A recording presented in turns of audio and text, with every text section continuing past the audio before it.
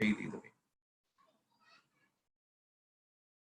மதிப்பிற்கும் அன்பிற்கும் உரிய 15 வேலாயுதம்பாளையத்துடைய அறக்கட்டளையின் பொறுப்பாளர்களே, பேராசிரிய பெருமக்களே,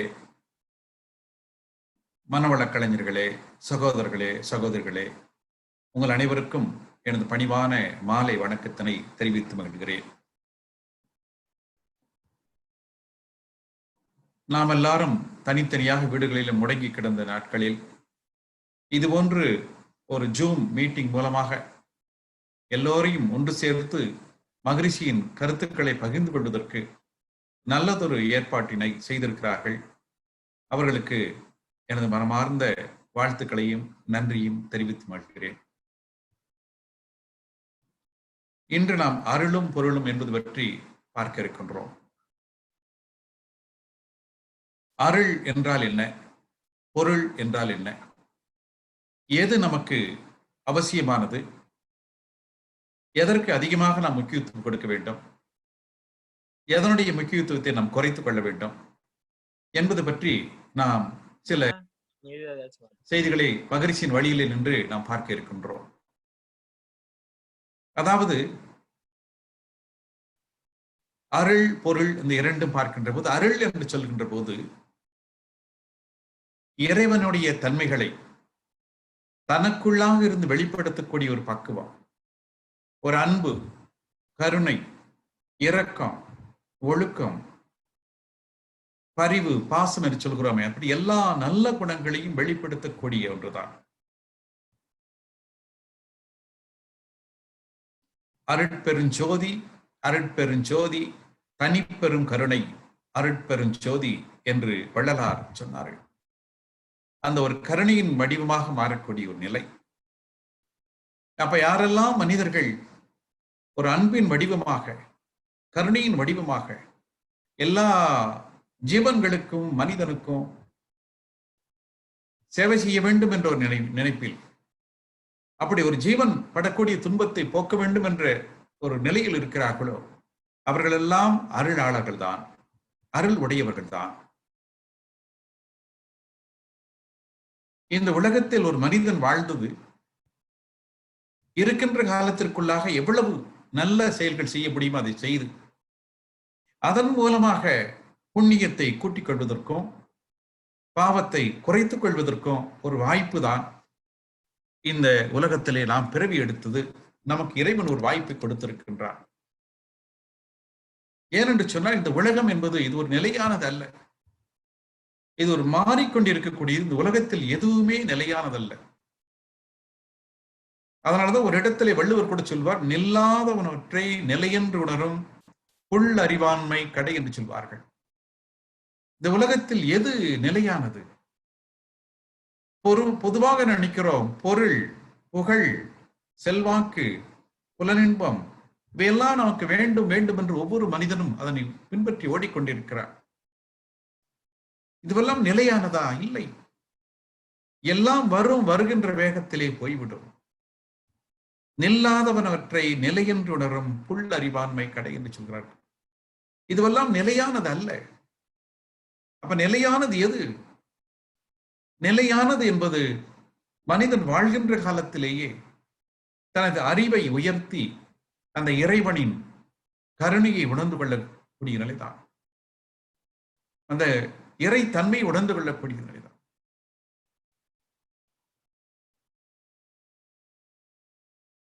இருள் சேர் இருவனையும் சேரா இறைவன் பொருள் சேர் புகழ் புரிந்தார் மாட்டு என்று வள்ளுவர் ஒரு இடத்தில் சொல்கிறார்கள். அதாவது நாம் இதுவரை சேர்த்து வைத்த பதிவுகள் சங்கீத கர்மத்தின் மூலம் வந்தது, பிராரப்த கர்மத்தின் மூலம் வந்தது. அதாவது தாய் தந்தையர்கள் மூலமாக நமக்கு வந்த நல்லது கெட்டது செய்திகள் நம்முடைய காலத்திலே நாம் சேர்த்து கொண்டது.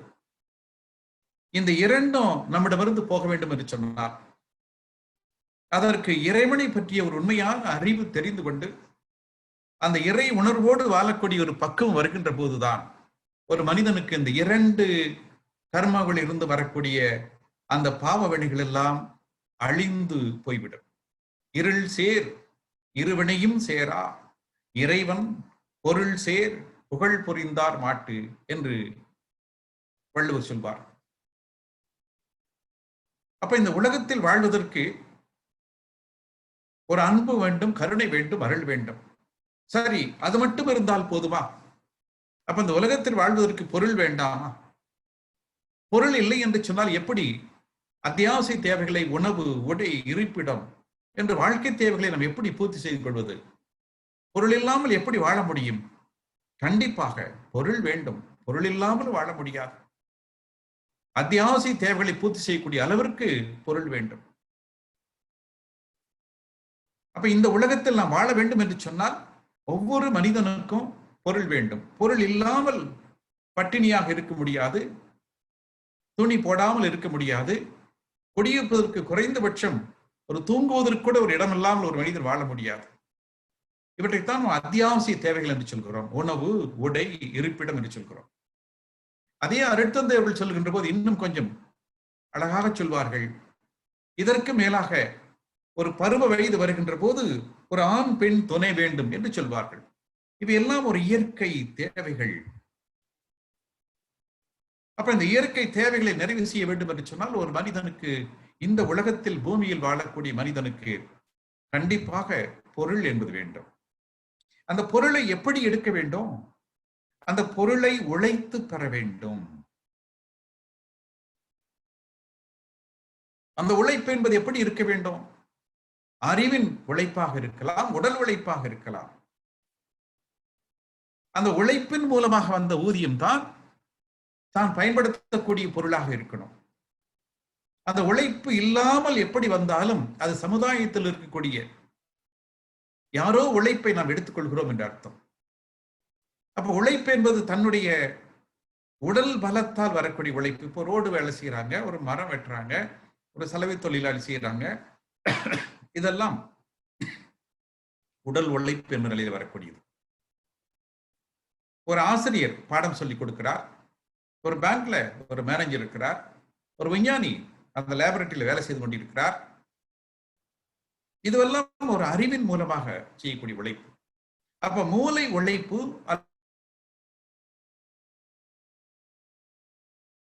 தான் ஒரு மனிதன் அந்த வாழ்க்கையை நடத்தணும். இதை தவிர வேறு எந்த வகையில் வாழ்க்கை நடத்தினாலும் அது துன்பத்தை கொடுக்கக்கூடியதாகத்தான் இருக்கும். அப்ப பொருள் எப்படி சேர்க்க வேண்டும்? இந்த உழைப்பின் மூலமாகத்தான் பொருள் சேர்க்கணும். அந்த சேர்த்த பொருளை சரியான வகையிலே நாம் செலவிட வேண்டும். அப்ப உழைப்பின் மூலமாக பொருள் சேர்த்து அதன் பிறகு அந்த பொருளை பக்குவமான முறையிலே நாம் செலவிட வேண்டும். இன்று பொருள் பொருள் என்று எல்லாரும் தேடிக்கொண்டிருக்கிறார்கள், ஓடிக்கொண்டிருக்கிறார்கள். பொருள் வேண்டும் தான், பொருள் வேண்டும் தான், கண்டிப்பாக வேண்டும். ஆனால் அதில் ஓரளவுக்கு நிறைவு வர வேண்டும். நிறைவு வராமல் பொருளை தேடிக்கொண்டே இருந்தால் பொருள் சேர்ந்து கொண்டிருக்கும், இல்லை என்று சொல்ல முடியாது. ஆனால் இந்த உலக வாழ்க்கை நமக்கு எதற்கு என்று சொன்னால், ஓரளவிற்கு பொருளை வைத்துக்கொண்டு அதற்கு மேலாக அந்த இறைவனை உணர்ந்து அனுபவிப்பதற்கு, அந்த இறைவனின் படைப்புகளாக இருக்கக்கூடிய இந்த உயிரினங்கள், ஜீவன்கள் என்ற வகையிலே அவர்களோடு ஒரு ஒத்து உதவி வாழக்கூடிய வாழ்க்கை, அந்த வாழ்க்கையை வாழ்வதற்குத்தான் அதன் மூலமாக புண்ணியங்களை சேர்த்துக்கொண்டு நம்முடைய அடிமனதில் அந்த கருமையத்தில் இருக்கக்கூடிய பாவப்பதிவுகளை எல்லாம் நீக்கி அப்படி வாழ்வதற்குத்தான் இறைவன் நமக்கு இப்படிப்பட்ட ஒரு வாழ்க்கையை கொடுத்திருக்கின்றான். பொருளை மட்டும் கடைசி வரை சேர்த்து கொண்டே இருந்து நாம் அருள் என்பதை தொடாமல் சென்று விட்டால் இந்த வாழ்க்கைக்கு அர்த்தம் இல்லாமல் போய்விடும். ஆகவே அருளும் வேண்டும், பொருளும் வேண்டும், இரண்டும் வேண்டும். இப்ப இதை பற்றி வள்ளுவர் நிறைய சொல்கிறார்கள். அதாவது அருளுடைமை என்பது பற்றி ஒரு 10 குறள் அது பற்றியே சொல்லி இருக்கிறார்கள் வள்ளுவர். அருட்செல்வம் செல்வத்து செல்வம், பொருட்செல்வம் பூரியார் கண்ணுமில சொல்றாரு பாருங்க. செல்வம் செல்வத்து செல்வம், அதாவது பொருள் என்பதும் செல்வம் தான், அருள் என்பதும் செல்வம் தான். சாதாரண மனிதருக்கு பொருள் பெரிதாக இருக்கிறது. யாரெல்லாம் செல்வந்தர்களாக இருக்கிறார்களோ அவர்களெல்லாம் பார்த்து அவர்களை மதிப்போடு வணங்குகிறார்கள். ஏனென்று சொன்னால் அந்த பொருள் என்ற நிலையிலே, ஆசை கொண்ட நிலையிலே கண்டிப்பாக பொருள் வேண்டும் தான், இல்லை என்று சொல்ல முடியாது. ஆனா அதை விட முக்கியமானது அருள். அருட்செல்வம் செல்வத்து செல்வம். அப்ப யாரெல்லாம் அருளை உடையவர்களாக இருக்கிறார்களோ, நல்ல பண்புகளை உடையவர்களாக இருக்கிறார்களோ, ஒழுக்கத்தில் உயர்ந்தவர்களாக இருக்கிறார்களோ, அவர்கள் பொருளை உடையவர்களோட ஒருபடி கூடுதலாக மதிக்கப்பட வேண்டும்.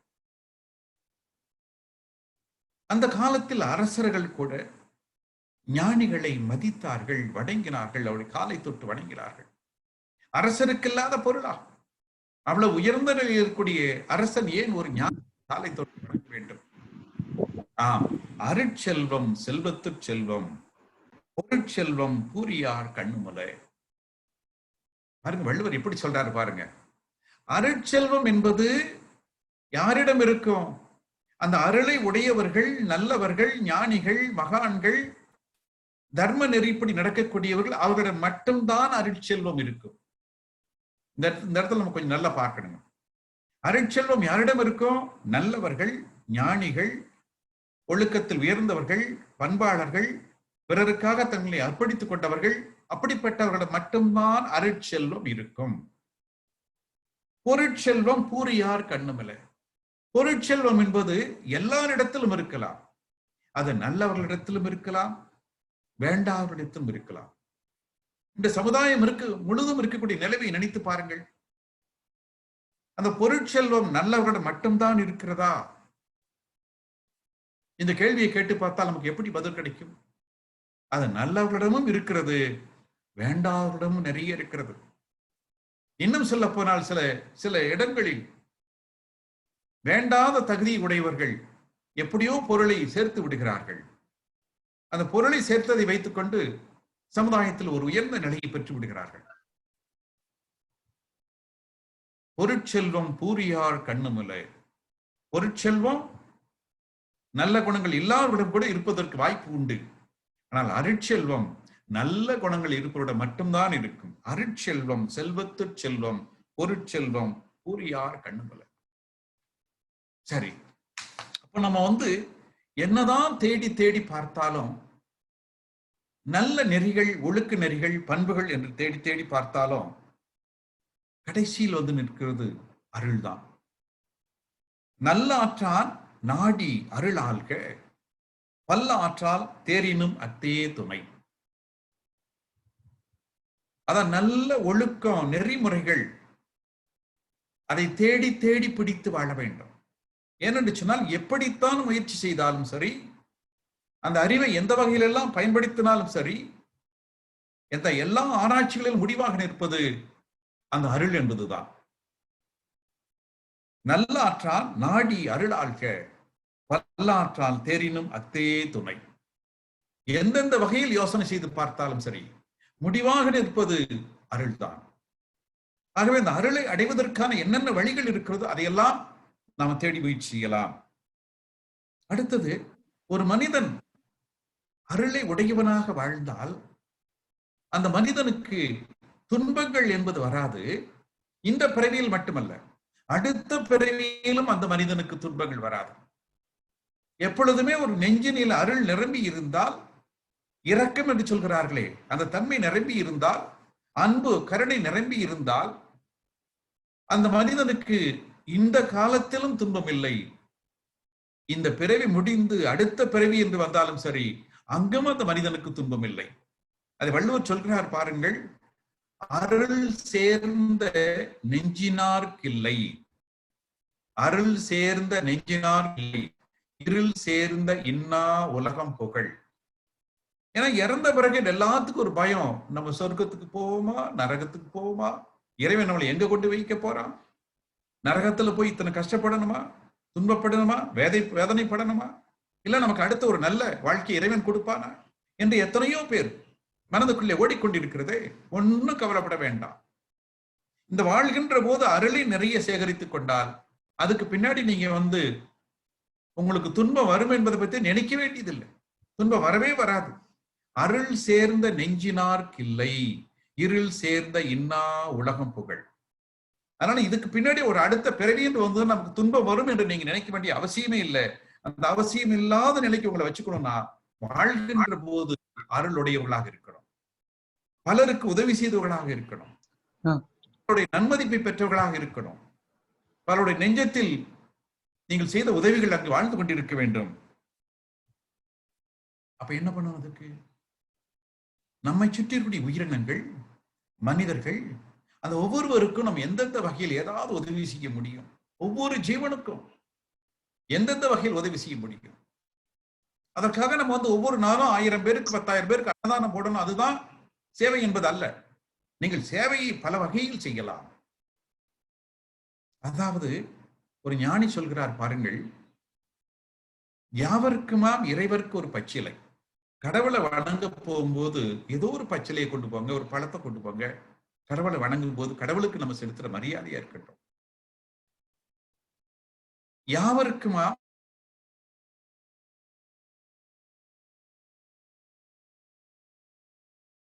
இருக்கிற ஒரு புல்ல பிடிங்கி கொடுங்க, ஏதோ ஒண்ணு கொடுங்க அது சாப்பிடுறதுக்கு. யாவருக்குமா பசுவுக்கு ஒரு வாயுரை. யாவருக்குமா உண்ணும் போது ஒரு கைப்பிடி. அதாவது நம்ம சாப்பிடும் போது ஒரு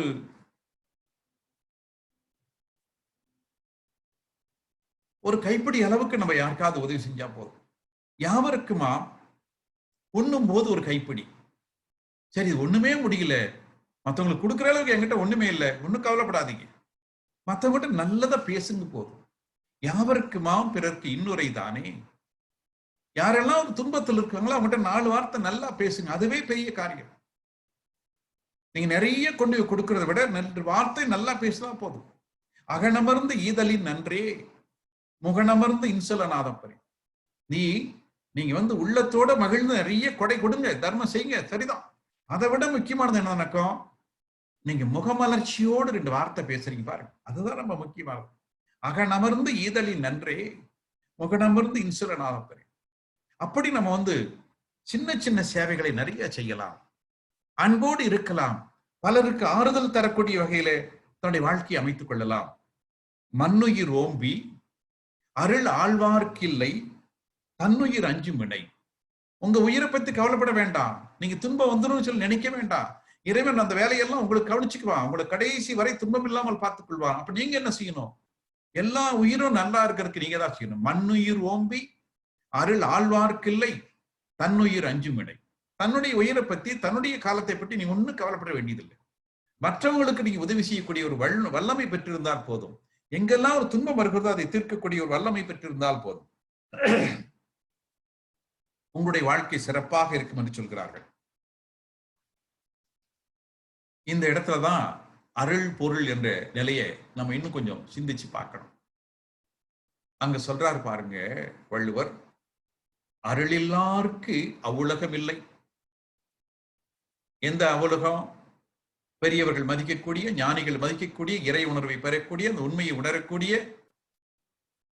இந்த ஆன்மா விடுபடுகின்ற போது இந்த ஜீவாத்மா பரமாத்மோடு கலந்து நிலைவரக்கூடிய அந்த நிலை. அருளில்லார்க்கு அவ்வுலகம் இல்லை, பொருளில்லார்க்கு இவ்வுலகம் இல்லாகி அங்கு. அது பொருள் இல்லாதவர்களுக்கு இந்த உலகத்தில் வாழ்க்கை இல்லை. ஏன்னா உணவுக்கு வேணும், உடை வேணும், இருப்பிட வேணும், வாழ்க்கை வசதிகள் அனுபவிப்பதற்கு வேணும். அப்ப அது பொருள் வேணும். பொருள் எல்லாம் எப்படி வாழ்க்கை நடத்த முடியும்? அப்ப கண்டிப்பாக பொருள் வேணும். அப்ப அந்த அடுத்த உலகத்திற்கு செல்ல வேண்டும் என்று சொன்னால் அருள் வேண்டும். இந்த உலகத்தில் வாழ வேண்டும் என்று சொன்னால் பொருள் வேண்டும். சரி, பொருளை எப்பொழுது சேர்ப்பது, அருளை எப்பொழுது சேர்ப்பது? இப்ப இன்னைக்கு எல்லாரும் பொருள் சேர்க்கணும் சேர்த்துக்கிட்டு இருக்கிறாங்க. கடைசி வரைக்கும் 100 வயசு வரைக்கும் பொருளை சேர்க்கிறாங்க, அருளை சேர்க்கறதுக்கு மறந்துடுறாங்க. அதுக்கு பின்னாடி அருளை எப்படி சேர்க்க முடியும்? பொருளை சேர்க்கின்ற போதேதான் அருளையும் சேர்த்தே கொண்டு வரணும். எப்போது பொருள் சேர்க்க ஆரம்பிக்கிறோமோ அப்பொழுதிருந்தே அருளையும் சேர்க்க வேண்டும். அருளை தனியாக சேர்ப்பதில்லை.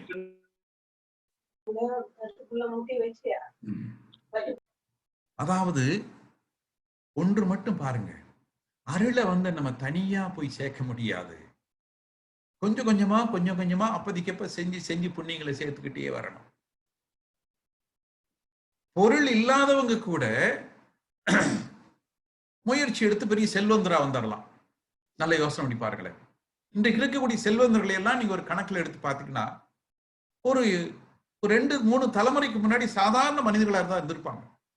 ஏதோ கடுமையாக முயற்சி எடுத்தார்கள், சிக்கனமாக இருந்தார்கள், பல்வேறு நிலைகளில் உழைத்தார்கள். அந்த உழைப்புக்கு இறைவன் நல்ல பலன் கொடுத்தான். அதை வைத்துக் கொண்டு இன்னும் நல்ல செல்வந்தர்களாக மாறி இருக்கிறார்கள். அப்ப பொருள் இல்லாதவர்கள் கூட முயற்சி எடுத்தால் கண்டிப்பாக பொருட்செல்வம் தானாக வரும். ஆனால் நினைச்சு பாருங்க, அருள் இல்லாதவங்க என்ன செய்ய முடியும்? அருள் இல்லைன்னா வேற ஒன்னும் எத்தனை சேர்த்தாலும் பிரயோஜனம் இல்லை. அதுக்கு வள்ளுவர் சொல்றாரு பாருங்க, பொருள் அற்றார் பூப்பர் ஒரு கால். பொருள் இல்லாதவங்க கூட மறுபடியும் ஒரு முயற்சி எடுத்து திரும்பி அந்த உயர்ந்த நிலைக்கு வர முடியும். பொருள் அற்றார் பூப்பர் ஒரு கால், அதாவது அவர்கள் மறுபடியும் திரும்பி செல்வந்தராக மாறுவதற்கு, இன்று ஏழையாக இருக்கலாம், மறுபடியும் வரலாம். நமக்கெல்லாம் தெரியும் அருட்தந்தையுடைய வாழ்க்கை வரலாறுல அவர்கள் எத்தனை பொருளாதாரத்தில் உயர்வை சந்தித்தார்கள், உயர்வு தாழ்வை சந்தித்தார்கள். ஆரம்பத்தில் வறுமையாக இருந்தார்கள். பின்னர் அவர் உழைத்த உழைப்பு அறிவுடைய பயன்பாட்டினால் ஒரு 1000 பேருக்கு வேலை கொடுக்கக்கூடிய அளவிற்கு செல்வந்தராக மாறினார்கள். மீண்டும் ஏழையாக மாறினார்கள். மாறி மாறி மாறி அவர்கள் அந்த பொருளாதாரத்தில் உயர்வு தாழ்வை அனுபவித்தார்கள். அப்படி யார் வேண்டுமானாலும் சரி, பொருள் இல்லாமல் இருந்தவர்கள் கூட ஒரு முயற்சி எடுக்கின்ற போது மீண்டும் பொருள் உடையவர்களாக மாறலாம். பொருள் அற்றார் பூப்பர் ஒரு கால். மீண்டும் அவர்கள் பொருளாதாரத்தில் உயர்ந்து ஒவ்வொரு மனிதனுக்கு உயர்ந்து வருவதற்கு வாய்ப்பு உண்டு. ஆனால் ஒன்று மட்டும், அருள் அற்றார், அருள் இல்லாத ஒரு மனிதனிடம் வேறு ஒன்றுமே நல்ல குணங்கள் வராது. வேறு ஒன்றுமே நல்ல குணங்கள் வராது. அருள் அற்றார், அற்றார் மற்றாதல் அரிது. அது வேற எந்த உயரமும் உங்களுக்கு வராது. பொருள் அற்றார்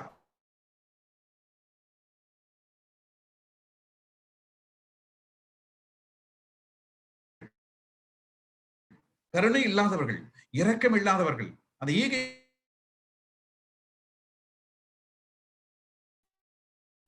பொருளற்றார் பூப்பர் ஒரு கால், அருளற்றார் அற்றார்.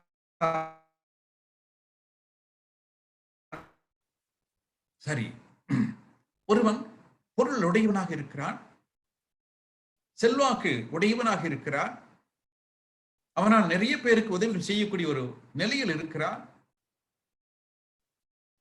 அங்கு வந்து ஆணவம் கண்மம் வந்துவிடக்கூடாது. பொருள் இருக்கிறதே நிலை வந்துவிடக்கூடாது. அது இல்லாமல் ஒரு சாதாரண மனிதனாக இருந்து அவன் எல்லோருக்கும் உதவி செய்யக்கூடியவனாக இருக்கணும். அதற்கும் கூட எப்படி சொல்றார் பாருங்க. அதாவது உங்களை விட பெரியவர்கள், உங்களை விட குறைந்தவர்கள் என்ற 2 நிலைகள் நீங்க வச்சுக்கலாம். அப்படி வச்சுட்டு பார்க்கும்போது உங்களை விட குறைஞ்சவங்கிட்ட, செல்வம் குறைந்தவர்களை நீங்கள் பேசும்போது எப்படி இருக்கணும்? வழியார் முன் தன்னை நினைக்க தான் தன்னின் மெளியார் மேல் செல்லும் இடத்து. தன்னை விட வலிவு குறைந்தவர்களை நாம் பார்த்து அவர்களுக்கு ஏதாவது செய்கின்ற போது, அவர்களுக்கு உதவியோ அல்லது அவர்கள் செய்த ஒரு செயலுக்கு ஒரு மாற்று செயலோ செய்கின்ற போது நினைச்சு பார்க்கணும். இதை விட ஒரு உயர்ந்த நிலையில நம்மை விட வலிவானவர்களை நாம் சந்திக்கின்ற போது எப்படி நம்முடைய மனநிலை இருக்கும்? அதை நினைத்து பார்க்கணும். வழியார் முன் தன்னை நினைக்க தான் தன்னின் மெளியார் மேல் செல்லும் இடத்து. தன்னை விட மெலிந்தவர்கள், வறுமையில் இருக்கக்கூடியவர்கள் அல்லது சிறியவர்கள், அதிகாரத்தில் குறைந்தவர்கள், அவர்களோடு சேர்ந்து அவர்களுக்கு ஏதாவது ஒன்றை செய்வதற்கு முன்னர் தன்னை விட பெரியவர்கள் அவர்கள் முன் நாம் நிற்கும் போது எப்படி இருப்போம் என்று நினைத்து பாருங்கள். வழியார் முன் தன்னை நினைக்க தான் தன்னின் மெளியார் மேல் செல்லும் இடத்து. சரி, இன்னொன்று பாருங்க, ஒரு மனிதன் அவன் நல்லவனாக கெட்டவனாக இருப்பதற்கு காரணம், பல்வேறு காரணங்கள் இருக்கிறது.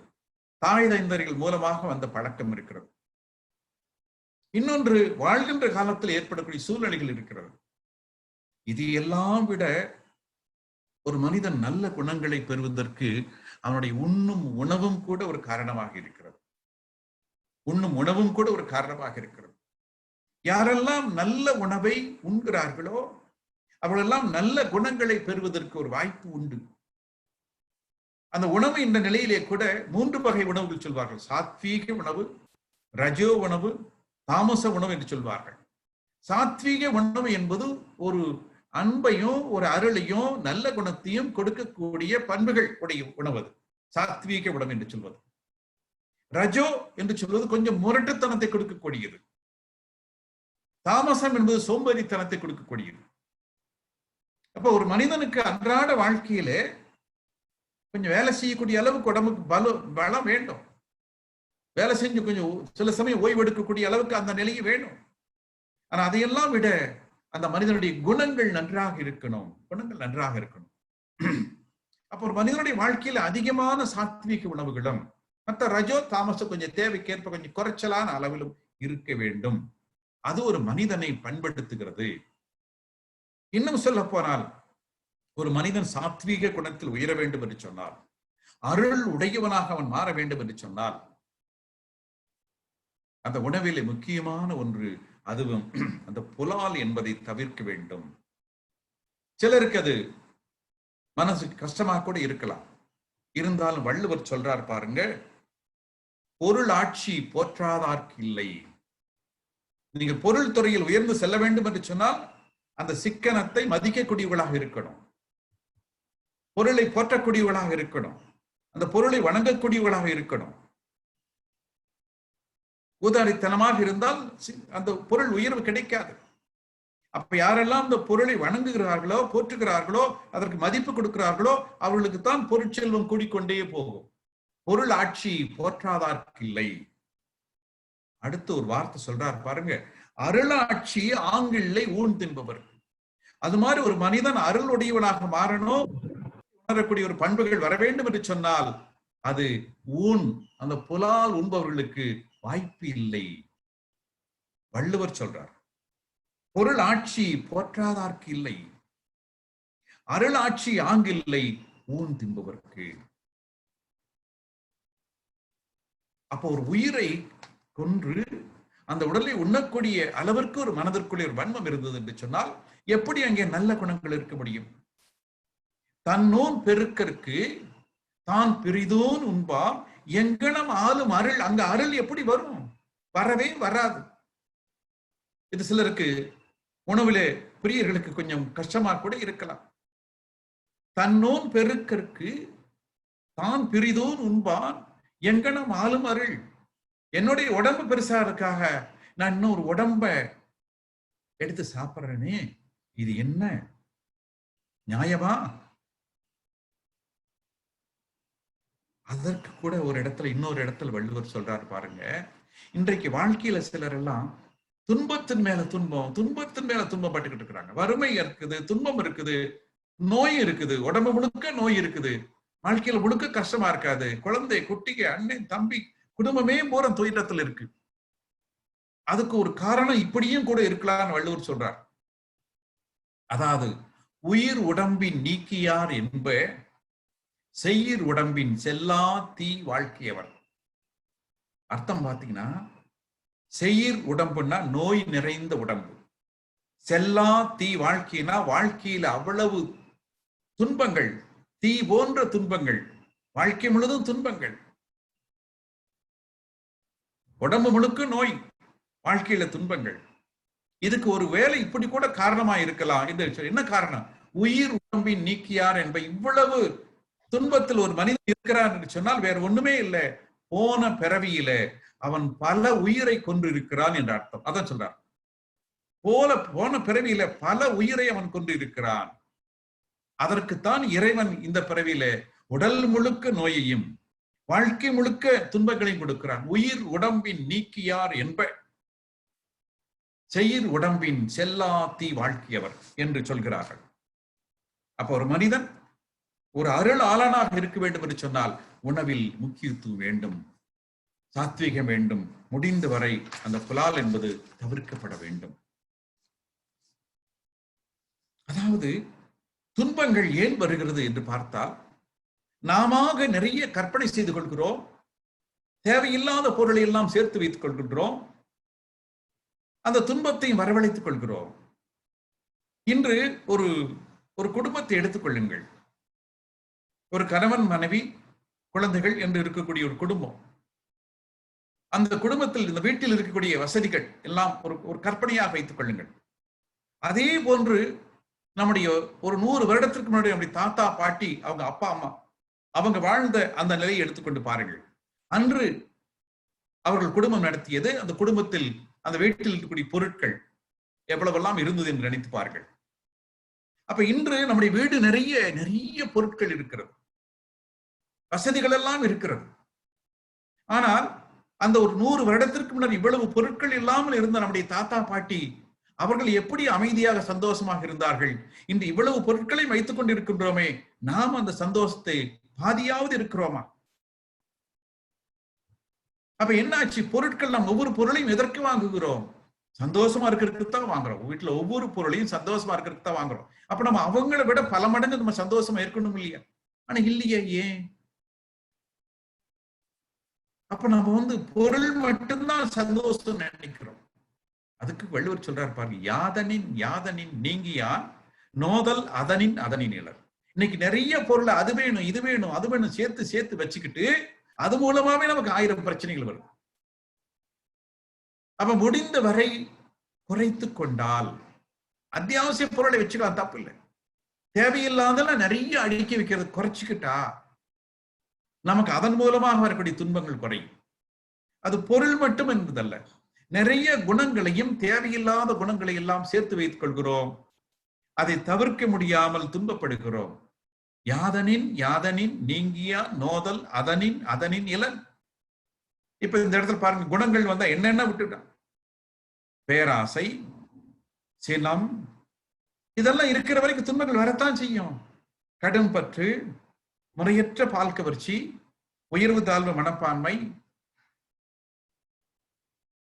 வஞ்சம் என்று சொல்லக்கூடிய இந்த 6 கெட்ட குணங்கள், இதெல்லாம் இருக்கிற வரைக்கும் எப்படி அந்த மனிதன் இன்பம் வாழ முடியும்? இதெல்லாம் ஒவ்வொன்றும் இருந்துச்சுன்னா அதோட துன்பங்கள் வரத்தான் செய்யும். பேராசை ஒழிஞ்சிச்சுன்னா அதனால வரக்கூடிய துன்பங்கள் போயிடும். கோபம் ஒழிஞ்சிச்சுன்னா அதனால வரக்கூடிய துன்பங்கள் போயிடும். கடும் பற்று அது ஒழிஞ்சிச்சுன்னா அதனால வர துன்பம் போயிடும். அதாவது பற்று ஒரு சின்ன அளவில் இருக்கணும் வாழ்வதற்கு. கடும் பற்று என்பது கூடாது. அது ஒரு சின்ன அளவில் தான் இருக்கணும். அதனாலதான் ஆசை சீரமைத்தல் என்று சொல்கிறார்கள். இந்த பிறவியை அறுத்து செல்ல வேண்டும் என்று சொன்னால் அது அந்த ஒரு நியாயமான தேவைகளை ஒட்டித்தான் இருக்க வேண்டும் மொழி, அதை தவிர மற்றதெல்லாம் போயிடணும். பற்றற்ற கண்ணே பிறப்பருக்கும், மற்றது நிலையாமை காணப்படும். பற்றுக பற்றற்றான் பற்றினை, அப்பற்றினை பற்றுக பற்று விடற்கு. அந்த பற்றில்லாத ஞானமுடைய அந்த இறைவனை பிடிச்சுக்க. ஏன்? மற்றதெல்லாம் ஓடி போயிற நிலையில சொல்கிறார்கள். அப்ப யாதனின் யாதனின் நீங்கியா நோதல். பேராசையை விட்டுட்டா அதுல வர துன்பம் கிடையாது. சினத்தை விட்டுட்டா அதுல வர துன்பம் கிடையாது. கடும் பற்றை விட்டுட்டா அதுல வர துன்பம் கிடையாது. முறையற்ற பால் கவர்ச்சியை விட்டுட்டா அதுல வர துன்பம் கிடையாது. உயர்வு தாழ்வு மனப்பான்மை விட்டுட்டா அதுல வர துன்பம் கிடையாது. வஞ்சம் என்பதை மறந்து விட்டுட்டா அதனால வரக்கூடிய துன்பங்கள் இல்லை. நம்ம இத்தனையும் வேணும் வேணும்னு பிடிச்சு பிடிச்சு மனசுக்குள்ள வச்சுக்கிட்டா அப்ப அதனால வரக்கூடிய துன்பங்கள் வரத்தானே செய்யும். யாதனின் யாதனின் நீங்கியா நோதல் அதனின் அதனின் இலர். எப்படி சார் இதெல்லாம் விட முடியும்? விட்டாதான் நல்லா இருக்க முடியும். அது பிடிச்சு வச்சிருக்கிற வரைக்கும் துன்பங்கள் இருக்கத்தான் செய்யும். அதாவது நமக்கு வாழ்க்கையில் என்ன வேணும்? அந்த அறிவிலே முழுமை வரக்கூடிய ஒரு பக்குவம் வேணும். இறைவனை உணரக்கூடிய ஒரு பக்குவம் வேண்டும். அது இல்லாம இந்த உலகத்தில் கூடிய எல்லா பொருளும் ஒரு அடிப்படை தேவையை ஒட்டித்தான் வேணும். அதுக்கு மேல ஒண்ணும் பெருசா இல்லை. இன்னொன்னு பாருங்க, ஒரு மனிதன் இந்த வாழ்கின்ற காலத்திலேயே தன்னுடைய பாவ பதிவுகளை எல்லாம் கழித்து அந்த இறைவனை உணரக்கூடிய ஒரு பக்குவம் வேணும். இந்த பிறவி என்பது இங்க முடியணும்னு வச்சுக்கோங்க. இதோடு முடியணும். அருட்தந்தை போன்ற ஞானிகளுக்கு மீண்டும் பிறவி கிடையாது. ரமண மகரிஷி போன்ற ஞானிகளுக்கு மீண்டும் பிறவி கிடையாது. ராமகிருஷ்ண பரமர் போன்ற ஞானிகளுக்கு மீண்டும் பிறவி கிடையாது. நம்மை போன்றவர்கள் தான் மீண்டும் மீண்டும் பிறப்பு எடுத்துக்கொண்டே இருக்கின்றோம். ஏன்னா மிச்சம் பாவம் இருக்கிறது கழிப்பதற்காக எடுத்துக்கொண்டே இருக்கின்றோம். அப்ப உண்மையிலே இந்த பிறவி தொடரை முடிக்க வேண்டும் என்று சொன்னால் அந்த இடத்துல சொல்றாங்க பாருங்க, வள்ளுவர் சொல்றாரு, மற்றும் தொடர்பாடு எவன் கொள். நிறைய அது வேணும் இது வேணும் இது வேணும் எல்லாம் தொடர்பு வச்சு சேர்த்து சேர்த்து வைக்கிறமே, பிறப்பருக்கள், இந்த பிறவி முடிய வேண்டும், இந்த பிறவியை இத்தோடு அறுத்து விட வேண்டும் என்று நினைச்சீங்கன்னா, உற்றாருக்கு உடம்பு மிகை, இந்த பிறவியை அடுத்து விட வேண்டும் என்று நினைச்சா உங்க உடம்பே உங்களுக்கு அதிகம். இந்த பிறவியை முடிச்சுடணும்னு நினைச்சா உங்க உடம்பே உங்களுக்கு இருக்கிற அதிகமான சொத்து. ஒரு நாளைக்கு அந்த உடம்பை விட்டுத்தான் ஆகணும். அப்ப எதுக்கு மற்ற சொத்தெல்லாம் நினைச்சு பாருங்க. அது வேணும் இது வேணும் நம்ம சேர்த்து வச்சுக்கிறோம். எதை நம்ம கொண்டு போக போறோம்? இந்த வாழ்க்கையை நம்ம முடிச்சுட்டு போகும்போது எல்லாத்தையும் விட்டுட்டு தான் போக போறோம். எதையுமே கொண்டு போக போறது இல்லையே. மற்றும் தொடர்பாடு எவன்கள் பிறப்பருக்கள் உற்றார்க்கு உடம்பும் மிக, உடம்பே கூட அதிகம் தாப்பா வள்ளுவர் சொல்றாரு பாருங்க. அப்ப நமக்கு பொருள் வேண்டும், ஒரு அளவான நிலையிலே பொருள் வேண்டும். சரி,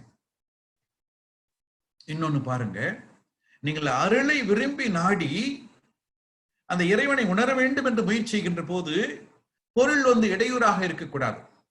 பொருள் ஒரு அத்தியாவசிய தேவையை பூர்த்தி செய்யக்கூடிய அளவில் தான் இருக்க வேண்டும் ஒழிய அது ஒரு இடையூறாக இருக்கக்கூடாது. அருள் வெகி ஆற்றின் கண் நின்றார், பொருள் வெகின் பொல்லாது சுலக்கிடும். அதாவது நீங்கள் அருளை விரும்புகிறீர்கள், ஆற்றின் கண் நல்ல ஒழுக்க பழக்கத்தில் பண்பாளராக இருக்கிறீர்கள். இப்படிப்பட்ட தன்மை உடையவர்களுக்கு ஏதோ உங்களுக்கு பொருள் மீது ஆசை வந்து விடுகிறது. அந்த பொருளை தேடி சேர்க்க வேண்டும் என்று பிரியப்பட ஆரம்பிக்கிறீர்கள். முடிஞ்சு போச்சு, அவ்வளவுதான். இனிமேல் உங்களுக்கு பெரிய அந்த அருள் மீது நாட்டம் இல்லாமல் போய்விடும். மற்ற துன்பங்கள் எல்லாம் தானாக வரும். அதாவது பொருள் இந்த உலகத்துக்கு வேண்டும், அவசியம்தான். ஆனா அது மேல நீங்க ஒரு பெரிய பிரியத்தை வச்சுட்டீங்கன்னா அருள்ல வராது. அருள் வெகி ஆற்றின் கண் நின்றார், பொருள் வெகி பொல்லாது சூலக்கிடம். அருளை விரும்பி நல்ல பழக்கத்திலே நெறியிலே நீ நின்று வாழ்கின்ற போது திடீரென்று பொருள் மீது ஆசை வந்து விடுகிறது. இன்னும் சேர்க்கணும் என்று நினைக்க வருகிறீர்கள். முடிஞ்சு போச்சு, அவ்வளவுதான். இனி அதை ஒட்டி துன்பங்கள் தான் வருமே ஒழிய அருளை அதிகமாக சேர்க்க முடியாது. பொருள் வெகி ஆற்றின் கண் நின்றான், பொருள் வெகி பொல்லாது சூலக்கிடம். வள்ளுவர் ஒரு இடத்துல இன்னொரு இடத்துல சொல்றாரு பாருங்க, எப்படியெல்லாம் நம்ம மற்றவங்களுக்கு உதவி செய்யணும். அந்த அருளை சேர்க்க வேண்டும் என்று சொன்னால் நீங்க உதவி செய்யணும். ஏழை எளியவர்களுக்கெல்லாம் உதவி செய்யணும், துன்பத்தில் இருப்பவர்களுக்கெல்லாம் உதவி செய்யணும். அந்த உதவி செய்துதான் அந்த அன்பை வெளிப்படுத்தணும், புண்ணியங்களை சேர்க்க முடியும். அதற்கு சொல்றாரு பாருங்க. அதாவது நம்ம இறைவன் உங்களுக்கு ஒரு செல்வந்தனா வைக்கிறான். மற்றவங்களை எல்லாம் ஒரு ஏழையா வச்சுட்டு உங்களை செல்வந்தனா வைக்கிறான். ஏன் வைக்கிறான் தெரியுங்களா? உங்களை நம்பி இறைவன் உங்ககிட்ட பொருளை கொடுக்கிறான். மற்றவங்க எல்லாம் கொடுக்காம உங்களை நம்பி இறைவன் பொருளை கொடுக்கிறான். எதுக்கு கொடுக்கிறான் தெரியுமா? அந்த பொருளை நீங்கள் உங்களுடைய உபயோகத்திற்கு எடுத்தது போல மீதமெல்லாம் எத்தனை பேருக்கு உதவி செய்ய முடியுமோ அந்த உதவியை நீங்கள் செய்வீர்கள் என்று நம்பி இறைவன் அந்த பொருளை கொடுக்கிறான். நீங்க வச்சுக்கிட்டு அப்படியே போகும்போது பையன்கிட்ட கொடுத்துட்டு போறதுக்கோ அல்லது வேற ஏதாவது பேங்க்ல டெபாசிட் பண்ண போறதுக்கு அல்ல. சேருங்க, பொருளை சேருங்க. இருக்கிற காலத்திற்குள்ளேயே அந்த பொருளை எந்த வகையில எல்லாம் நன்மைக்கு பயன்படுத்த முடியும் என்று பாருங்கள். தாளாற்றி தந்த பொருள் எல்லாம், நீங்க கஷ்டப்பட்டு உழைச்சி சேர்த்த பொருள் எல்லாம் எதுக்கு தெரியுங்களா? தக்காருக்கு வேளாண்மை செய்த பொருட்டு யார் யாருக்கெல்லாம் தேவைப்படுகிறதோ அவர்களுக்கெல்லாம் நீங்கள் கொடுக்கணும். கொடுத்து புண்ணியத்தை புண்ணியமாக மாற்றிக்கொள்ளணும். அந்த பொருளை புண்ணியமாக அப்படியே பொருளாவே வச்சு கடைசியில போகும்போது உங்க வாரிசுக்கு கொடுத்துட்டு போறீங்களே, அதை விட நீங்க என்னன்னா கொடுங்க. வாரிசுகள் நல்லவங்களை வளருங்க, அவங்களுக்கு தேவையான படிப்பு கொடுங்க, கல்வி அறிவு கொடுங்க, அவங்கள நல்லவங்களை மாத்துங்க, அந்த அளவுக்கு அதை பயன்படுத்துங்க. அப்படியே மொத்தமா நீங்க கொடுத்துட்டு போனது இல்லை. அதுக்குள்ள நீங்க அந்த பொருளை நீங்க புண்ணியமா மாத்துங்க. ஏன்னா இப்ப நீங்க ஒரு மனிதன் வாழ்ந்து முடிகின்ற போது இந்த ஆன்மா போகுதுன்னு வச்சுக்கல. இப்ப இந்த ஆன்மா இறைவனை நோக்கி பயணம் செய்ய வேண்டும் என்று சொன்னால் அதுக்கு ஒரு புண்ணிய கணக்கு வேணும். பாவ கணக்கு குறைந்து புண்ணிய கணக்கு வேண்டும். அப்பொழுதுதான் அந்த ஆன்மா இறைவனை நோக்கி பயணம் செய்யும். அப்படி இல்லை என்று சொல்ல பாவ கணக்கு அதிகமா இருந்ததுன்னா மறுபடியும் அது இறைவனை நோக்கி பயணிக்க முடியாது. அது மீண்டும் இந்த வாழ்க்கையில் தான் வந்து சேரும். அப்படி புண்ணிய கணக்கு வரும்போது இப்படி வச்சுக்கல, அதுக்கு ஒரு 100 பங்கு புண்ணியம் வேணும். இப்ப 95 பங்கு புண்ணியம் இருக்குது, ஒரு 5 பங்கு புண்ணியம் பத்தல. இனி என்ன பண்ண முடியும்? அந்த ஆன்மா அந்த 5 பங்கு புண்ணியம் பத்தலையே. அப்ப மறுபடியும் திருப்பி ஒரு உடம்பு எடுத்து ஒரு வாழ்க்கை வாழ்ந்துதான் சேகரிக்க முடியும். ஆனா நம்ம இருக்கும் போது நம்மளோட பொருளை நல்ல வகையில பயன்படுத்தினா அந்த 5 பங்குக்கு மேலேயே நம்ம புண்ணியத்தை செஞ்சிருக்கலாம். தாளாற்றி தந்த பொருள் எல்லாம் தக்கார்க்கு வேளாண்மை செய்த பொருட்டு, நம்ம உழைச்சி சம்பாரிச்சு சேர்த்து வச்சிருக்கூடிய பொருள் எல்லாம் எதுக்கு? இல்லாதவங்களுக்கு கொடுத்து அதை புண்ணியமாக மாற்றிக்கொள்ள வேண்டும். பொருள் பொருளாகவே இருக்கக்கூடாது, பொருள் புண்ணியமாக மாற வேண்டும். அதாவது எப்படி அது கூட சொல்றாரு பாருங்க. அதாவது அந்த காலத்துல எல்லாம் ஊர்கள்ல குளம் இருக்கும். அந்த குளம் நிரம்பிச்சுன்னா அங்க வந்து ஆடு மாடுக மனிதர்கள் எல்லாம் அந்த தண்ணி எடுத்துட்டு போய் பயன்படுத்துவாங்க. அப்ப அந்த குளத்தை வெட்டி வச்ச அந்த அரசனையும் அவங்களையும் பாராட்டுவாங்க. இன்னைக்கு அப்படி ஒரு மகராசி செஞ்சு வச்சதுனாலதான் இன்னைக்கு நாங்க எல்லாம் சந்தோஷமா இருக்கிறோம் என்று பாராட்டுவாங்க. அது மாதிரி உங்களுடைய செல்வம் சேர்ந்தது என்று சொன்னால் எப்படி அந்த ஊரில் உள்ள குளத்தை எல்லா உயிரினங்களும் மனிதர்களும் பயன்படுத்தி அந்த புண்ணியத்திற்கு கொடுக்கிறார்களோ அதுபோல உங்களுடைய செல்வம் சேர்ந்தது என்று சொன்னால் அது எல்லாருக்கும் பயன்படக்கூடியதாக இருக்கணும். ஊருணி நீர் நிறைந்தற்றே உலகவாம் பேரறிவாளன் திரு. ஒரு நல்ல அறிவுடைய செல்வம் சேர்ந்தது என்று சொன்னால் எப்படி இருக்கும்? ஊருணி நீர் நிறைந்தற்ற. எப்படி ஒரு ஊருக்குள்ள ஒரு குளத்துல தண்ணி தேங்கிச்சுன்னா அதை எல்லா உயிரினங்களும் பயன்படுத்துமோ, எல்லா மனிதர்களும் பயன்படுத்துவார்களோ, அப்படி உங்களுடைய சேர்ந்த செல்வம் பலருக்கும் பயனுள்ளதாக இருக்க வேண்டும். அது நீங்க மட்டுமே வச்சு பயன்படுத்த வேண்டும் என்பதல்ல. ஊருணி நீர் நிறைந்தற்றே. அந்த ஊருக்குள்ள ஒரு குளத்துல தண்ணி தேங்கிச்சுன்னா எப்படி எல்லா ஜீவன்களும் அதை பார்த்து சந்தோஷப்படுமோ, எல்லா மனிதர்களும் அதை பயன்படுத்துவார்களோ, அதுபோன்று நீங்கள் செல்வந்தராக இருக்கின்ற போது உங்களுடைய செல்வம் எத்தனையோ ஏழைகளுக்கும் வறுமையில் இருப்பவர்களுக்கு பயன்படக்கூடியதாக இருக்கணும். இன்னொன்னு சொல்றாரு பாருங்க. அதாவது ஒரு ஊருக்குள்ள நல்ல மரம், பழுத்த மரம், ஒரு மாமரம் மாதிரி வச்சுக்கல, அது நல்ல பழுத்து இருக்குன்னு அது பொதுவான இடத்துல இருக்கு. எல்லாரும் வந்து அந்த பழத்தை பிடிங்கி பிடிங்கி சாப்பிடுறாங்க, சந்தோஷமா போறாங்க. அப்ப ஒரு பழுத்த மரம் ஒரு ஊரில் நடுவில் இருந்தால் எல்லோரும் அதை எடுத்து எடுத்து சாப்பிட்டு பயனடைந்து சந்தோஷமா போறாங்க.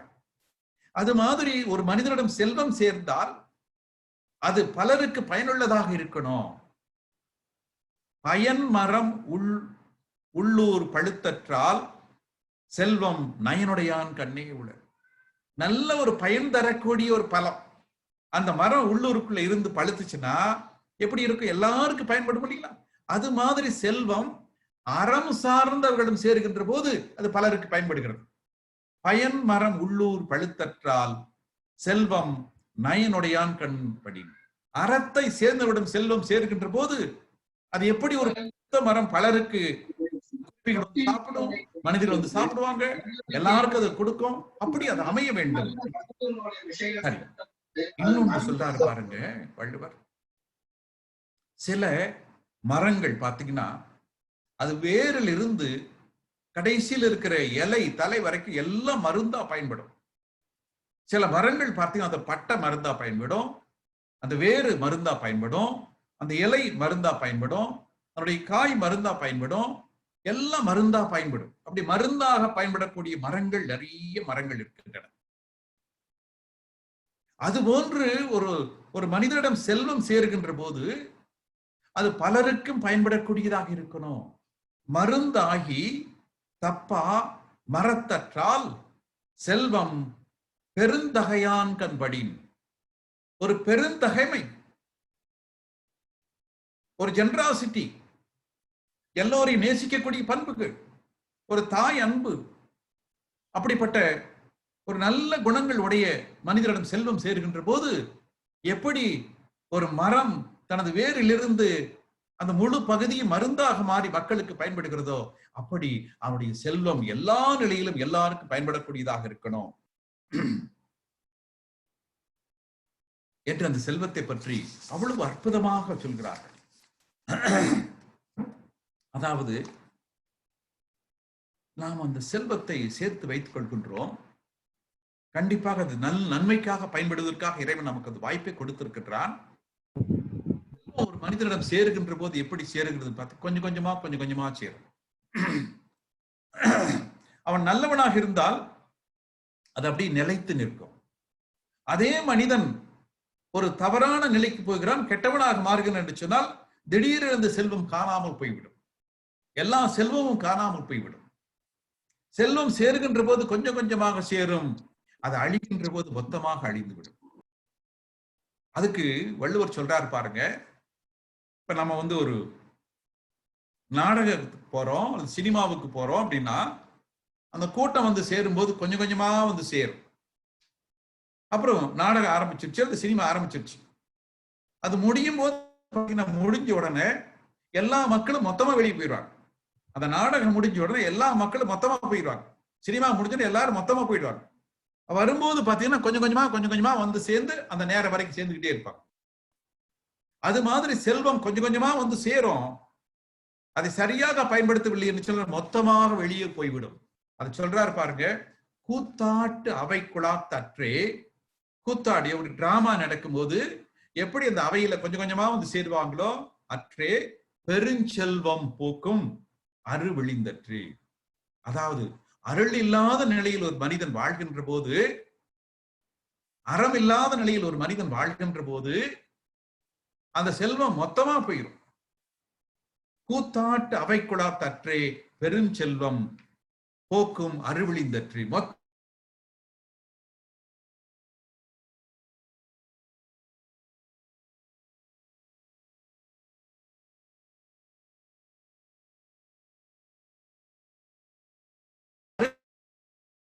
போதே அதை நம்ம சரியா பயன்படுத்திக்கணும்.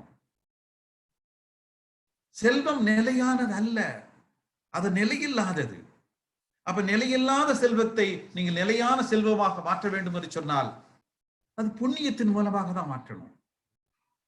அர்க்கா இயல்பிற்று செல்வம், அதாவது செல்வம் என்பது நிலையில்லாதது. அந்த நிலையில்லாத செல்வத்தை நிலையாக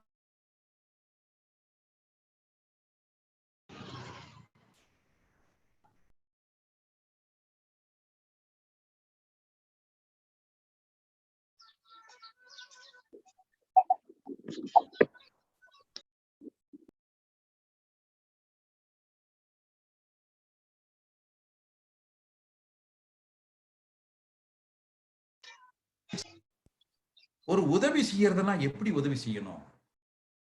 ஒருத்தர் வந்து ஒரு வறுமையில வந்து கஷ்டப்பட்டு கேட்கிறாங்கன்னா நமக்கு பார்த்தா தெரியுது, பாவம் அவங்க கஷ்டப்படுறாங்க, இவங்களுக்கு உதவி செய்யணும்னு நினைக்கிறோம். ஆனா அப்புறம் பார்த்துக்கலாம் சொல்லி விட்டுறோம்.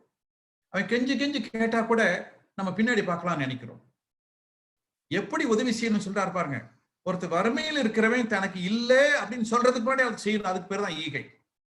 தெரியுது நமக்கு வறுமையில் இருக்கிறான், நம்மகிட்ட கொடுக்கக்கூடிய அளவுக்கு கொஞ்சம் உதவி வசதி இருக்கு. அப்ப அவன் இல்லைன்னு கேட்டு கெஞ்சறதுக்கு முன்னாடி நீங்க அவனுக்கு செய்யறதுக்கு பேர் தான் ஈகை. கெஞ்சி கேட்ட பின்னாடி வேற வழி இல்லாம செய்யறது ஈகை அல்ல. இளன் என்னும் எவ்வம் உரையாம ஈதல் குலனுடையான் கண்ணே உள. நல்ல குலத்தில் இருக்கக்கூடியவர்களுக்கு தான் அந்த உதவி செய்யக்கூடிய பண்புகள் தானா. அவர் பார்த்தோம், ஐயோ பாவம் கஷ்டப்படுறானே, எப்படி உதவி செய்வோம், எந்த எதிர்பார்ப்பும் இல்லாமல் உதவி செய்வோம் என்று சொல்வார்கள். சரி, அதாவது ஒரு காலத்துல பசி துன்பம் அதிகமாக இருந்தது. அந்த பசி துன்பத்தை நீக்குவதற்காக நிறைய செய்தார்கள். இன்று கூட பாருங்கள், சமுதாயத்தில் இன்னைக்கெல்லாம் நிறைய பேர் வேலைக்கு போகக்கூடிய பசி துன்பத்தில் இருக்கிறாங்க. அந்த பசி துன்பத்தை நீக்குவதற்கு நம்ம ஏதாவது செய்தால் ஒரு புண்ணியம் தான்.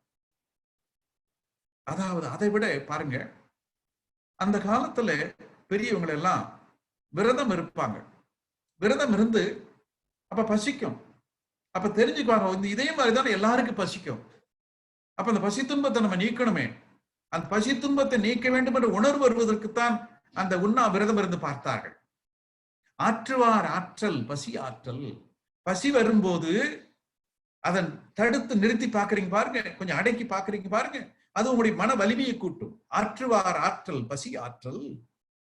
அந்த பசியை பொறுத்துக் கொள்ளக்கூடிய வருகின்ற போதுதான் உங்களுக்கு மன வலிமை அதிகமாகும். அதுதான் நம்முடைய விரதம் இருக்க பெரியவர்கள் சொல்கிறார்கள். வாரம் முறுக்கு இருக்கலாம், அது முக்கியமான தினங்கள் விரதம் இருக்கலாம். அந்த பசியை பொறுக்கும் போதுதான் உங்களுடைய மன வலிமை கூடும், உங்களுடைய எண்ணங்கள் இன்னும் கொஞ்சம் பலம் கூடும். அது விரதம் என்று சொன்னாலே அதாவது அந்த நிலையில் நீங்கள் உறுதியாக இருக்கிறீர்கள் என்ற அர்த்தம். ஆற்றுவார் ஆற்றல் பசி ஆற்றல், அப்பசிவை மாற்றுவார் ஆற்றலின் பின் சொல்றார் பாருங்க. யாருக்கெல்லாம் பசி துன்பம் வருகிறதோ அந்த பசி துன்பத்தை நீங்கள் நீக்கக்கூடிய அளவிற்கு நீங்கள் செய்தீர்கள் என்று சொன்னால், நீங்கள் உண்ணாவிரதம் இருந்து அந்த புண்ணியத்தை பெறுவதை விட ஒரு பசியோடு இருப்பவனுக்கு, வறுமையில் இருப்பவனுக்கு உணவை கொடுத்து நீங்கள் சரி செய்தீர்கள் என்று சொன்னால் இதை விட அதுதான் பலன் அதிகம். ஆற்றுவார் ஆற்றல் பசி ஆற்றல், அப்பசியை மாற்றுவார் ஆற்றலின் பின். யார் அந்த பசி துன்பத்தை போக்குகிறார்களோ அவர்களுக்கு அந்த உண்ணாவிரதம் இருந்து கிடைக்கக்கூடிய பலனை விட அதிகமான பலன் கிடைக்கும். இன்னொன்னு சொல்றாரு பாருங்க, நம்முடைய பொருளை எல்லாம் சரியா பாதுகாக்கக்கூடிய இடம் எது தெரியுங்களா? இப்ப நம்ம பொதுவா நம்ம பொருளை நல்லா சேர்க்கணும்னா 2 வீடு வாங்கி போடுறோம், வேற கார் வாங்கி வைக்கிறோம், பேங்க்ல டெபாசிட் பண்ணி வைக்கிறோம், தங்கமா வாங்கி வைக்கிறோம். சரி, இதெல்லாம் ஒரு அளவுக்கு நம்ம தேவையை ஓட்டி செய்யலாம். ஆனால் உங்க பொருளை சரியாக வைக்கக்கூடிய இடம் எது தெரியுங்களா? பத்திரமா வைக்கணும், சேமிப்பா வைக்கணும், அது காணாம போகக்கூடாது, யார் தூக்கிட்டு போயிடக்கூடாது. அது இந்த பிறவிக்கு மட்டும் அடுத்த பிறவிக்கு அந்த பொருள் பயன்படும். அப்ப எப்படி அதை பத்திரமா வைக்கிறது? அற்றார் அழி பசி தீர்த்தல் அத்தொருவன் பெற்றான் பொருள் வைப்பொடி சொல்றாரு பாருங்க. அற்றார் அழி பசி தீர்த்தல் அத்தொருவன் பெற்றான். உங்க பொருளை பத்திரமாக வைக்க வேண்டுமா? யாரெல்லாம் பசியோடு இருக்கிறார்களோ அந்த பசியை நீக்குவதற்கு உதவி செய்யுங்கள். யாரெல்லாம் துன்பத்தில் இருக்கிறார்களோ அந்த துன்பத்தை நீக்குவதற்கு உதவி செய்யுங்கள். அதுதான் உங்க பொருளை பத்திரமா வைக்கிற இடம். அது இல்லாம நீங்க பொருளை பேங்க்ல டெபாசிட் பண்ணி வைக்கிறதோ, வீடு நிறைய பீரோ வைக்கிறதோ, இதெல்லாம் என்ன ஆகும்? கடைசியில் ஒரு காலத்துல மொத்த பொருளை நீ விட்டுட்டு போக போறீங்க. இப்ப அந்த பொருளை நீங்கள் புண்ணியமா மாத்தணும். அப்ப பொருளை எப்படி சேமித்து வைப்பது? வள்ளுவர் அழகா சொல்றாரு பாருங்க. அற்றார் அழி பசி தீர்த்தல் அத்தொருவன் பெற்றான் பொருள் வைப்பு. உங்க பொருளை பத்திரமாக வைக்க வேண்டும் என்று சொன்னால் பசியோடு இருப்பவர்களுக்கு பசியை தீருங்கள். ஒன்று. யாரெல்லாம் துன்பத்தில் இருக்கிறார்களோ அந்த துன்பத்தில் இருப்பவர்களுக்கு அந்த துன்பத்தை தீருங்கள். அதுதான் உங்களுடைய பொருளை பாதுகாப்பாக வைக்கக்கூடியது. சரி, இப்ப நம்ம நல்லது செய்யணும்னு நினைக்கிறோம், அருள் வேணும்னு நினைக்கிறோம், புண்ணியம் வேணும்னு நினைக்கிறோம். எப்ப செய்யணும்? வாழ்கின்ற போதே செஞ்சு முடிங்க. கடைசி காலத்துல சாக போற காலத்துல சங்கரான் இருந்து என்ன செய்ய முடியும்? அப்ப வாழ்கின்ற போதே உடம்பு நல்லா இருக்கணும், மனசு நல்லா இருக்கணும். உங்க சொத்தை நீங்க பயன்படுத்தக்கூடிய உரிமையில நீங்க இருக்கணும். நீங்க கடைசி காலத்துல இருக்கும்போது உங்க சொத்தை எல்லாரும் பங்கு போட்டு நினைப்பாங்க. அப்ப நீங்க போய் உங்க சொத்தை கிளைம் பண்ணவே முடியாது. இப்ப நீங்க நல்லா இருக்கும் போதே பலருக்கு உதவி செய்ய முடியுங்க. அதுக்கு வள்ளுவர் சொல்றாரு பாருங்க, எப்படி கடைசியில நம்ம இறந்து போக போறோமே, பேசுறதுக்கு நான் வரமாட்டேங்குது. அந்த நேரத்துல போய் நம்ம என்ன செய்ய முடியும்? அப்ப நம்ம நல்லதெல்லாம் செய்யணும்னா அதுக்கு முன்னாடி செய்யணும். நாச்செற்று விக்குள் மேல் வாராமுன் நல்வினை மேற்சென்று செய்யப்படும். நாவு அடங்கி போய் பேச்சு வராம கடைசி ஒரு மூச்சு வரும் பாருங்க, அதோடு முடிஞ்சு போச்சு. அதுதான் கடைசியே வரக்கூடிய மூச்சு, முடிஞ்சு போச்சு. இந்த நிலை வர்றதுக்கு முன்னாடியே நீங்க நல்லா இருக்கும் போதே நிறைய பேத்துக்கு உதவி செய்யுங்க. கடைசியில் எல்லாருக்கும் அந்த ஒரு நிலை வரத்தான் செய்யும். நாச்செற்று விக்குள் கடைசி மூச்சு மேல் வாராமுன் நல்வினை மேற்சென்று செய்யப்படும். அதுக்குள்ள நல்லதெல்லாம் தேடி தேடி தேடி தேடி பிடிச்சு செய்யுங்க. எத்தனை பேருக்கு உதவி செய்ய முடியுமோ, எத்தனை பேருடைய துன்பத்தை போக்க முடியுமோ. அப்ப துன்பத்தை போக்கணும்னா நீங்க லட்சமா கொடுக்கறது அல்ல, சின்ன சின்ன உதவிகளை செய்யலாம். காலையில வீட்டு முன்னாடி அரிசியில கோலம் போட்டு வைங்க, எத்தனை எறும்பு சந்தோஷமா சாப்பிட்டு போகும். மதியம் சாப்பிடும் போது கொஞ்சம் எடுத்து அந்த காகத்துக்கு வைங்க, அது சாப்பிட்டுட்டு போகும். அப்படி எந்தெந்த வகையில் நாம் சின்ன சின்ன உதவிகள் செய்ய முடியுமோ, அவரவருக்கு ஏற்ற வகையில செய்ய முடியுமோ அந்த செய்து புண்ணியத்தை சேர்த்துக் கொள்ளணும். அப்படி புண்ணியத்தை சேர்க்காமல் பொருளை மட்டுமே நாம் சேர்த்துக் கொண்டிருந்தால் நமக்கு இந்த பிறவியிலே அது நமக்கு சேர்வதாக தோன்றும். ஆனால் அடுத்த பிறவிக்கு நம்ம ஒண்ணுமே சேர்க்கலைன்னு அர்த்தம். அடுத்த பிறவியில் நம்ம ஜீரோவோட ஆரம்பிக்கணும்னு அர்த்தம். இன்னும் சொல்ல போனா பாவங்களைத்தான் நம்ம அதிகமாக சேர்த்து வைத்துக் கொண்டிருப்போம். அப்ப அந்த பாவங்களை தீர்ப்பதற்கு மீண்டும் மீண்டும் நமக்கு பிறவிகள் தேவைப்பட்டு கொண்டே இருக்கும். ஆக அருளும் பொருளும் என்ற ஒரு தலைப்பணி பற்றி பார்க்கின்ற போது அருளும் வேண்டும், பொருளும் வேண்டும். பொருள் இல்லாதவருக்கு இவ்வுலகம் இல்லை. இந்த உலகத்துல வாழ வேண்டும் என்று சொன்னால் கண்டிப்பாக பொருள் வேண்டும். அந்த பொருள் எந்த அளவிற்கு, அதைத்தான் மகரிஷி அவர்கள் நிறைய செல்வம் என்று சொல்கிறார்கள். எனக்கு உண்ணுவதற்கு உணவு வேண்டும், உடுத்துவதற்கு உடை வேண்டும், குடியிருப்பதற்கு வீடு வேண்டும். இந்த வாழ்க்கை வசதிகள், அடிப்படை வசதிகள் வரக்கூடிய அளவிற்கு நான் பொருளை சேர்த்து வைக்கணும். இதற்கு மேலாக வரக்கூடிய பொருள், இப்ப பெரிய பெரிய செல்வந்தர்கள் எல்லாம் இருக்கிறார்கள். அவர்கள் 1000 பேத்துக்கு 2000 பேத்துக்கு வேலை கொடுக்கிறாங்க. அப்ப அந்த 2000 குடும்பங்கள் நன்றாக இருப்பதற்கு அவர்கள் காரணமாக இருக்கிறார்கள். அந்த பொருளை அந்த வகையில் சரியாக பயன்படுத்திக் கொண்டிருக்கிறார்கள். இப்படி உங்களுடைய செல்வத்தை மற்றவர்கள் வாழ்வதற்கு பயன்படுத்துங்கள். புண்ணியத்தை சேர்த்துக் கொள்ளுங்கள். மொத்தமா அப்படியே வச்சிருந்து ஒரு சேவிங்ஸா வச்சிருந்து பிரயோஜனம் இல்லை. பலருக்கு அது பயன்படணும். வாழ்கின்ற காலத்திலேயே எவ்வளவு தூரம் எத்தனை பேருக்கு அந்த பொருளை பயன்படுத்தி அந்த வாழ்க்கையை உயர்த்த முடியுமோ அதை செய்து விடுங்கள். அது புண்ணியமாக மாறிக்கொண்டிருக்கும், புண்ணிய கணக்கிலே வந்து கொண்டிருக்கும். அப்ப அடுத்த பிறவிக்கு வேண்டும் என்று சொன்னால் கண்டிப்பாக அருள் வேண்டும். அருள் எல்லாருக்கு அவ்வுலகம் இல்லை. இந்த உலகத்துல நம்ம எவ்வளவு இருக்க போறோம்? அதிகபட்சம் நம்ம 100 வருஷம் இருக்க போறோம், அவ்வளவுதான். அதுக்கு மேல கிடையாது. அப்ப அதுக்குள்ள நம்ம நம்முடைய எந்தெந்த வகையில் புண்ணியங்கள் அருள் சேர்க்கணும். பொருளை சேர்ப்பதற்கு நமக்கு 1000 வழிகள் தெரியும். அது மாதிரி அருளை சேர்ப்பதற்கு நம்முடைய ஞானிகள் மகான்கள் நிறைய சொல்லி இருக்கிறார்கள். அப்ப யாரெல்லாம் துன்பப்படுகிறார்களோ அவர்களுக்கெல்லாம் ஓடி ஓடி உதவி செய்யுங்கள். மறந்தும் கூட பிறருக்கு நாம் துன்பத்தை கொடுத்து விடக்கூடாது. அதற்குத்தான் அருட்தந்தையர்கள் நமக்கு 2 வழுக்கு பண்பாடை சொல்கிறார்கள். நான் எனது வாழ்நாளில் யாருடைய உடலுக்கும் மனதுக்கும் துன்பம் தர மாட்டேன். துன்பப்படுவோருக்கு என்னால் முடிந்த உதவிகளை செய்வேன். ஆமா, செய்யணும். ஒவ்வொரு நாள் நம்ம படுக்கும் போது நினைச்சு பார்த்தோம்னா எத்தனை பேருக்கு நீங்க உதவி செஞ்சோம். அட்லீஸ்ட் 2 வார்த்தை ஆறுதலா வச்சு நம்ம பேசணும். முகத்தான் அமர்ந்து இனிது நோக்கி அகத்தானாம் இன்சொலிந்து அறம். அறம்னா நீங்க கோடி கோடியா கொடுக்கறதல்ல. ஒரு மனுஷனை பார்க்கும் போது சந்தோஷமா பாருங்க. முகத்தான் அமர்ந்து இனிது நோக்கி அந்த முகத்தை சந்தோஷமா பாருங்க. பார்த்துட்டு அகத்தானாம், உங்க உடம்புக்குள்ள மனசுக்குள்ள இருந்து நல்ல வார்த்தை 4 வார்த்தை வரணும், சந்தோஷமா வரணும். முகத்தான் அமர்ந்து இனிது நோக்கி அகத்தானாம் இன்சொல் இந்த அறம். நல்ல இன்சொல்ல பயன்படுத்தி அந்த முகமலர்ச்சியோட பாருங்க. ஒரு வீட்டுக்கு விருந்தாளி வர்றாங்க, வரும்போது வாங்க வாங்க வாங்க, நல்லா இருக்கலாம், எப்படி இருக்கீங்க, வீட்டுல எப்படி இருக்காங்க, என்ன சந்தோஷமா வரவேற்று பாருங்க, எவ்வளவு சந்தோஷமா இருக்கு. அது மாதிரி அந்த முகம் முழுக்க மலர்ச்சியோடு நீங்க 4 வார்த்தை சொன்னீங்கன்னா கேட்கறவங்களுக்கு அவ்வளவு மகிழ்ச்சியா இருக்கு.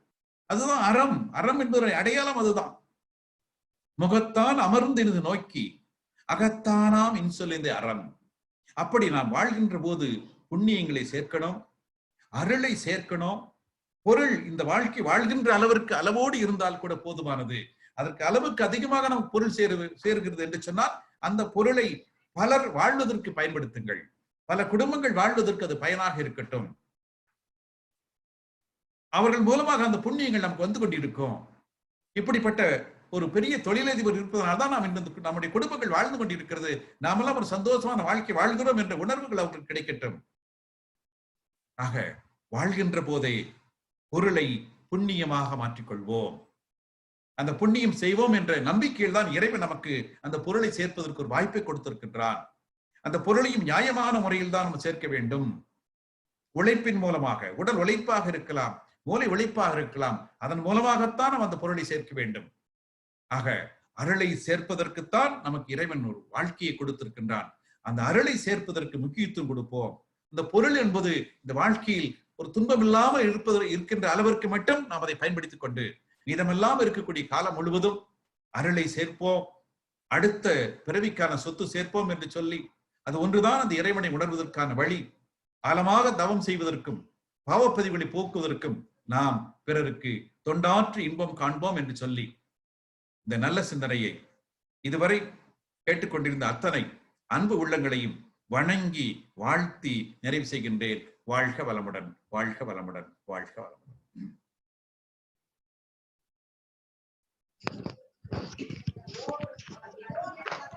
வாழ்க வளமுடன், வாழ்க வளமுடன்.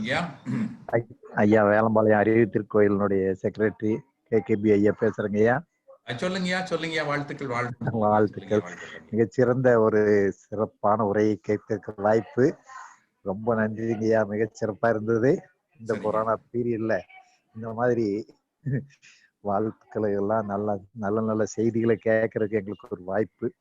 ரொம்ப சந்தோஷம். பேராசிரியர் பெருமாள் ஐயா கிட்ட இருந்து திருக்குறள் மேற்கோள் காட்டி நிறைய பேசுனீங்க. ரொம்ப நன்றிங்கய்யா. வாழ்க வளமுடன். பரிஷித் பேராசிரியர்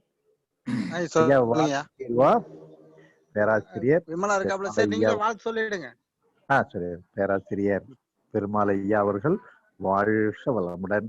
அவர்களது இனிய குடும்பம் வாழ்க வளமுடன்.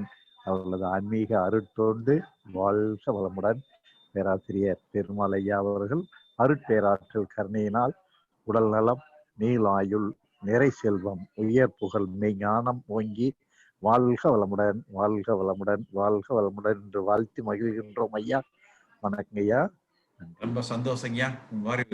நல்ல கருத்தை உங்ககிட்ட பரிமாறிக்கிறதுக்கு வாய்ப்பு கொடுத்தீங்க. மன்றத்தார் அனைவருக்கும் எனது நன்றியை மகிழ்ச்சி தெரிவித்துக் கொள்கிறேன். நீங்களும் உங்களுடைய மன்றம் நல்ல வளர்த்துங்கய்யா. வாழ்க வளமுடன். இந்த கொரோனா வந்ததுனால இதெல்லாம் ஒரு நல்ல நல்ல வாய்ப்பு. பெரிய பெரிய பேராசிரியர்கள்லாம் இங்க கூட்டிட்டு வர முடியல. அவங்க பேச்செல்லாம் இந்த மாதிரி சமயத்துல கேட்கறதுக்கு நல்ல வாய்ப்பு கிடைச்சதுக்காக கொரோனாவுக்கு ஒரு நன்றி. அது ஏதோ பண்ணிட்டு இருந்தாலும் சரி உண்மையிலேயே நமக்கு. அதாவது எத்தனையோ இடத்துல மக்கள் கொத்து கொத்தா இறந்தாலும் கூட இன்னைக்கு உலகம் ஆமா நிறைய மாற்றத்தை செய்து கொண்டிருக்கிறது கொரோனா. ஆமாங்க, மாறுதல், நிறைய மாறுதல். காற்று மாசு 50% மேல டெல்லியில எல்லாம் சுத்தமாயிடுச்சுங்கிறாங்க. கங்கை சுத்தமாயிடுச்சு. ஏதோ இந்த ஒரு காற்று கொரோனால. மாசுபாடு குறைஞ்சு போச்சுங்க. கங்கை நதி சுத்தமாயிடுச்சு. ஆஸ்பத்திரிக்கு வரக்கூடிய கூட்டம் எல்லாம் குறைஞ்சு போச்சு. இன்னும் 70% கேட்டேன் நானு, கம்மிங்கிறாங்க. இறப்பு விகிதமே குறைஞ்சு போச்சுங்களாம். அதாவது சுடுகாட்டுல புதைக்க போற புடங்களோட எண்ணிக்கை கூட குறைஞ்சு போச்சுங்களாம். ஆமாங்க ஐயா, அதெல்லாமே இப்ப டெய்லி பாக்குறோம், கேட்கிறோம். அதே மாதிரி இந்த பெரிய பெரிய திருமணங்களை எல்லாம் இனிமே எளிய முறையில் நடத்துறதுக்கு இப்ப நடத்துற மாதிரியே எல்லாரும் நடத்தணும்னு இறைவனை வேண்டிக்கிறேங்க ஐயா. எனக்கு அது ரொம்ப நாளா இது. எல்லாரும் ஒரு அவங்களுடைய உறவினர்கள் மட்டும் ஒரு 50 பேர் 100 பேர்த்தோட திருமணத்தை நடத்தினா. மகரிஷி ஏற்கனவே சொல்லியிருக்காரு, 50 பேரை மட்டும் வச்சு திருமணம் நடத்துங்க அப்படி சொல்லி எல்லாம் இருக்கிறாருங்க. எல்லாம் நடக்குங்க. எல்லாத்துக்கும் முதல்ல பணக்காரங்க தான் செய்யணுங்க ஐயா, ஏழைகள் செய்ய முடியாது. பணக்காரங்க வழிகாட்டினாங்கன்னா அந்த வழியை பின்பற்றி மத்தவங்களும் வந்துருவாங்க. ஏன்னா இல்ல சமுதாயம் ஒத்துக்காது. சிக்கனம் ஆரம்பிச்சாங்கன்னா வருவாங்க. இந்த புளிய பார்த்து பூனை சூடு போட்டுக்கிட்டு இருக்கிறதா அது ரொம்ப கடன். ஒவ்வொரு கல்யாணம் முடிஞ்சோடனே கடன் கடன் கடன் அதெல்லாம் போகணுங்க ஐயா. வாழ்க வளமுடன் ஐயா. ரொம்ப நன்றிங்க ஐயா. ரொம்ப சந்தோஷங்க. வாழ்த்துக்கள். வாழ்க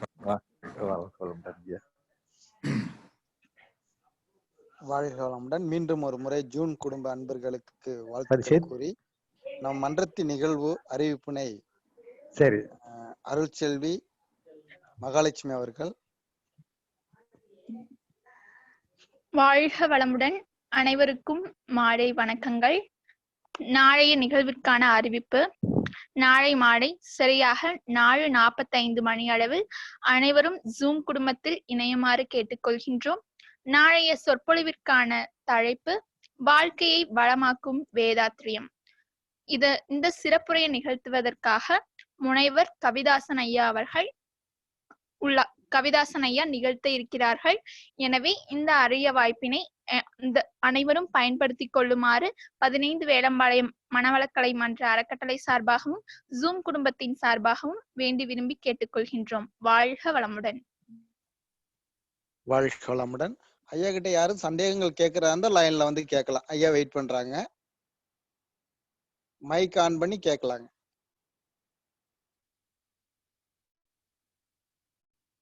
ஐயா வாழ்க வளமுடன்ங்க ஐயா. 15 வேலம்பாளையம் உலகாம்பாள் பேசுறேங்க ஐயா. சொல்லுங்க. வாழ்க வளமுடன். 1 மணி நேரமா அவங்களுடைய அருளும் ஆசியம்ங்கிறத பத்தி மழை அப்படியே 1 மணி நேரம் கொட்டின மாதிரி அப்படியே ரொம்ப குளிர்வா இருந்ததுங்க ஐயா காதுக்கு. அதே மாதிரி இந்த கொரோனானால நாம எல்லாம் இப்ப பெரிய பெரிய ஆசிரியர்களுடைய பேசுறதுடைய அருளுரையை கேட்கறதுக்கு நாங்கெல்லாம் கொடுத்து வச்சிருக்கோங்க ஐயா. இதுக்கு ரொம்ப நன்றிங்க ஐயா. நன்றி நன்றி நன்றி. வாழ்த்துக்கள். வாழ்க வளமுடன். ஏதோ உங்களுக்கு இந்த செய்தியை சொல்றதுக்கு எங்களுக்கு ஒரு வாய்ப்பு கிடைச்சது பாருங்க. என்ன இதே தலைப்பு சிந்திக்கிறதுக்கு ஒரு வாய்ப்பு கிடைச்சது பாருங்க. ஆமாங்கய்யா. அப்புறங்கய்யா திருப்பூர்லங்கய்யா ஒவ்வொரு பெரிய பெரிய கனவான்கள் தனவான்கள் எல்லாம் என்ன பண்ணுவாங்களா, நீ நான் போட்டி போட்டுட்டு 100 பவுனு ஒரு காருன்னு வாங்கிட்டு எல்லாம் ஒரு பிரஸ்டீஜ் பண்ணிட்டு இருப்பாங்க. இப்ப அதுக்கு வழி இல்லாம பண்ணிருச்சுங்க இந்த கொரோனா. இந்த கொரோனாக்கு ஒரு ரொம்ப நன்றி சொல்லுதுங்கய்யா. அதுதான் எங்களுடைய இன்பமான ஒரு நினைவுங்கய்யா. வாழ்க வளமுடன். வாழ்க வளமுடன். வாழ்க வளமுடன். வாழ்க.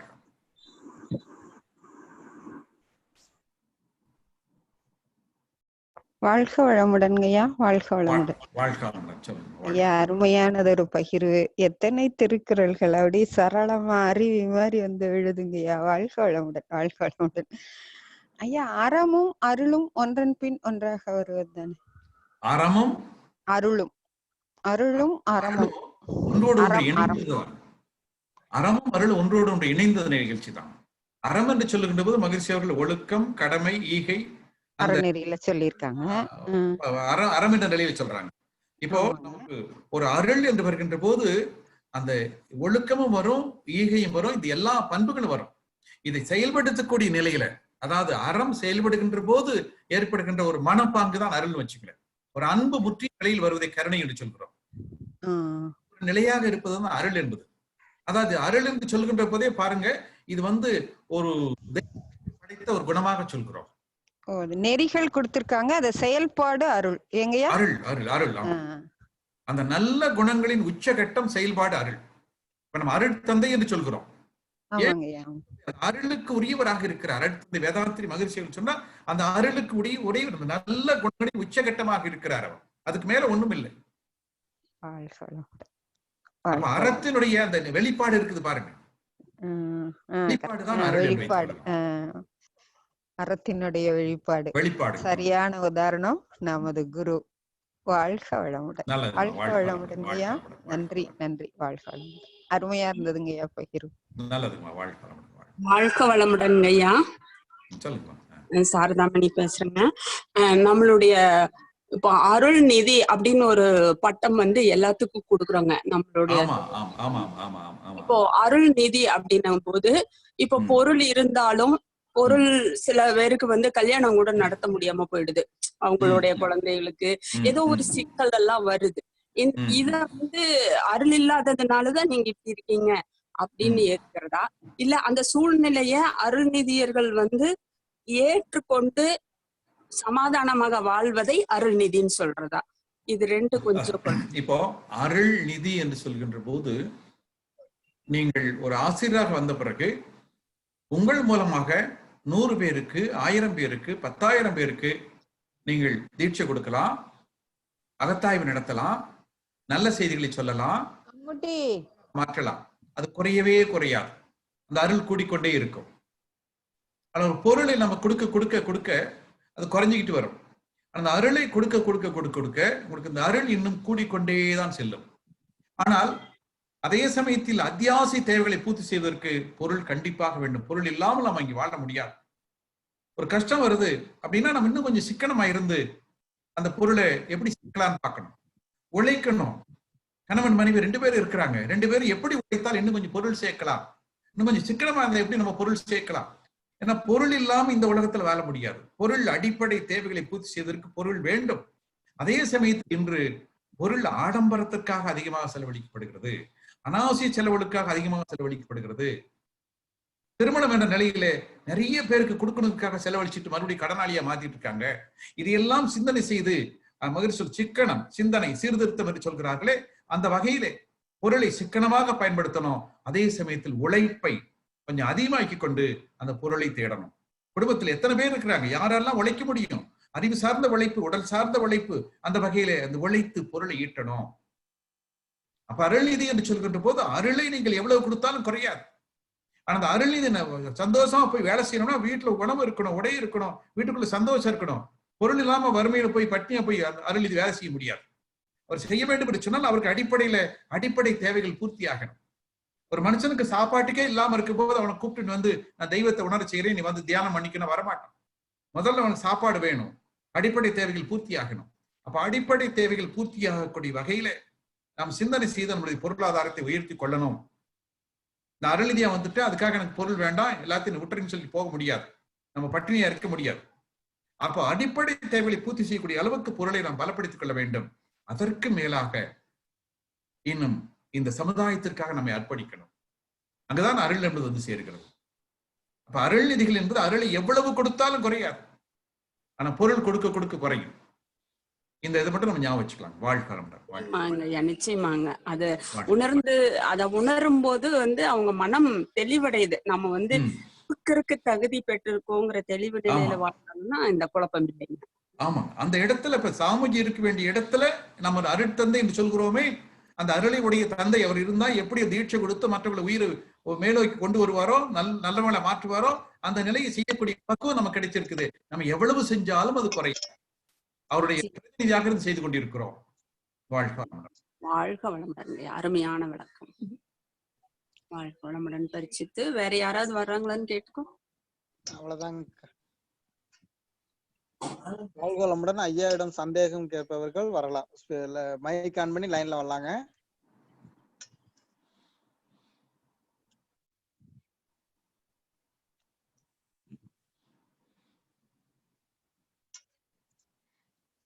அக்கா வந்துருங்க லைன்ல. உலக நல வாழ்த்துப்படி நிறைவு செஞ்சுக்கிறாங்க. டைம் ஆச்சு, நிறைவு. வாழ்க வளமுடன். வாழ்க வளமுடன். அனைத்து ஜூம் குழும அன்பர்களுக்கும் வாழ்க வளமுடன். இன்றைய நிகழ்வினை மிக அற்புதமாகவும் விளக்கி தந்த ஐயா அவர்களையும் வாழ்த்தி மகிழ்கிறோம். மேலும் இந்த நினைவோடு எல்லோரும் உலக நல வாழ்த்து பாடி மகிழ்கிறோம்.